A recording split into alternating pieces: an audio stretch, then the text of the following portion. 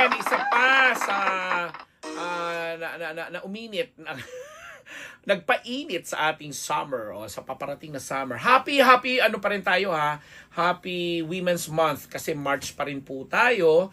And ang dalawang celebrities na mahal natin na nag-celebrate magkasunod ng kanilang mga birthdays ay sina Julia Barreto at Papa Gerald Anderson. Kaya lang, prior to that celebration ng birthday na yan, bago pa sila nag-road trip, kasi kakaibang experience yun na nag-road trip. Diba? Kasi talaga may grupo itong si Papa si ng mga kapwa niya, mga motor rider, sina Samil B, Jay Cuenca, si Jay, kasi si Jay ka nagkukwento sa akin. Plus may mga iba pa silang mga kasali doon. Sina yata kasama niya doon, yung anak ni Ay de las Alas. At saka, basta, yun. Anyway, itong si Julia kasi ay naimbitahan ng isang tourism office dyan sa Camiguin Island. Kamakailan.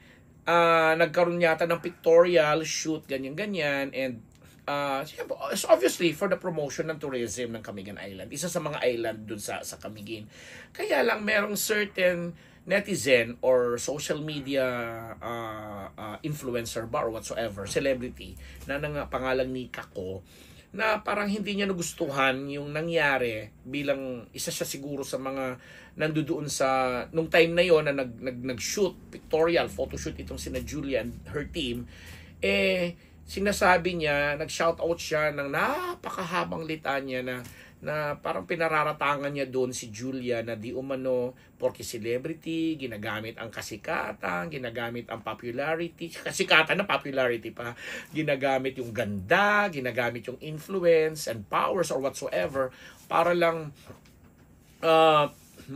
tawag natin doon, hindi naman ma-disregard but parang mabaliwala yung mga local tourists na supposedly mag-i-enjoy ng pamamasyal at paggamit ng facilities nung Camiguin, isa sa mga island dyan sa Camiguin. Somewhere in Bohol ba yan? Or basta Visayas, sakop ng Visayas yan, or may malapit sa area ng Mindanao. Hindi pa ako nakarating dyan eh. But anyway, going back to the story, may isang island kasi doon na parang pina-close for public.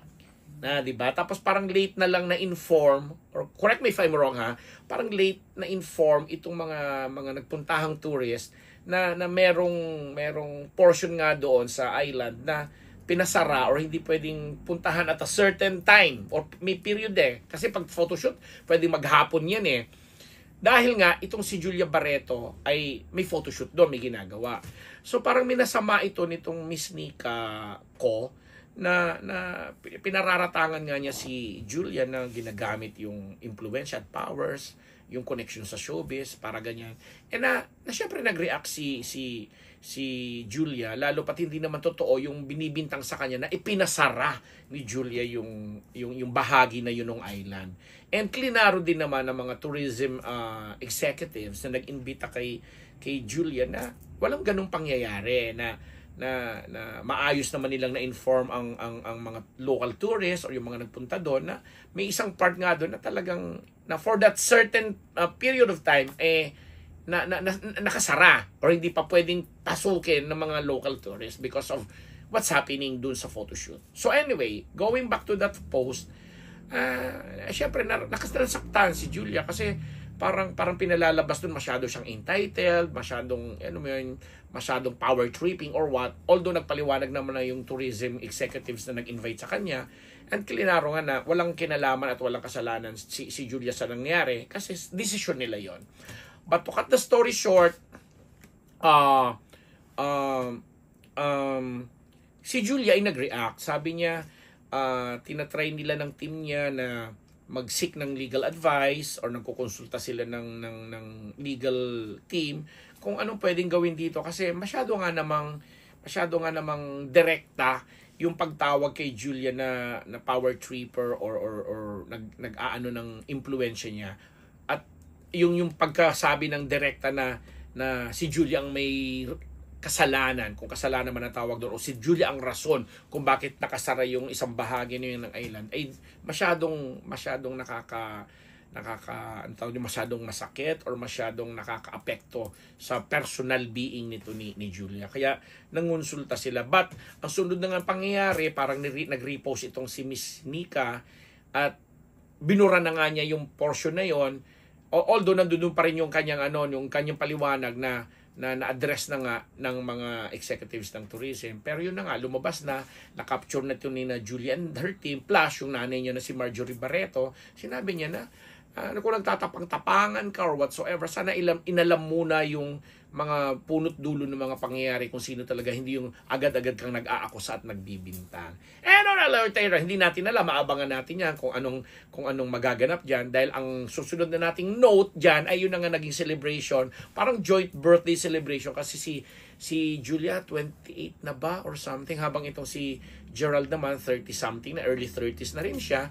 So mukha namang going strong ang kanilang relasyon, pang ilang years na rin nila as boyfriend and girlfriend, at kapwa naman tanggap ng mga families nila ang kanilang situation ngayon. Although si Gerald, alam naman natin, kahit ang mga projects niya ngayon ay medyo hindi naman sunod-sunod, pero yung mga negosyo kasi niya is maganda, doing well.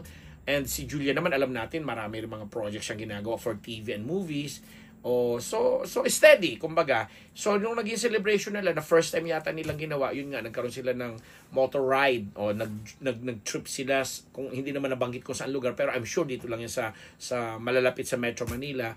And siguro na-enjoy din nila kasi ang dami na nilang beses na pinapakita rin naman nila sa kanila mga social media post ang ginagawa nila na kunwari nagpunta sa island, naligo ng ganito, nag-swimming, nag-beach, etc. This time around, nagmotor-motor sila. Kaya lang yun nga, lagi natin sinasabi, lagi dapat nag-iingat kasi alam mo naman ang mga ibang motorista, hindi nila naiintindihan kung celebrity ba yan o kung sinong importanteng tao ba, basta lang sila emote ng emote. Although hindi naman natin sinasabing mag-iingat lang dahil may mga celebrities, but in general, lahat ng dapat nagmumotor, kagaya ni Don po, nagmumotor-motor siya dyan. Minsan nagpapatangko siya na antok-antok siya dahil malakas ang hangin, chuchu-chuchu. So, dagdag na pag-iingat lang, 'di ba? Ilang beses na rin nating pinagsabihan si Jake, ang aking baby Jake Cuenca, pero ganun talaga siya. Medyo talagang parang iba daw yung high na binibigay sa kanila ng pagmumotor. And so is with Sam Milby, na kahit nung araw pa, kahit na aksidente na siya, ilang beses na rin siyang pinagsabihan at pinaalalahan na ng mga nagmamahal sa kanya. Hindi pa rin siya napigilan na nagmumotor-motor siya. So ingat-ingat lang po. So again, happy birthday sa inyo, Papa Je and Julia. Maraming salamat sa mga sumusuporta at mga nakasubaybay po sa inyong lahat. Mula po dito sa amin sa Unbearable Channel, ako ang inyong lingkod, Papa Unbearable, na inuubo-ubo dahil kanina pa ako nag-request kay Dondo, sabi ko, kuhanan ako ng tubig bago kami mag-second episode, pero inipuan lang talaga niya ako, hindi na naman siya nakafocus.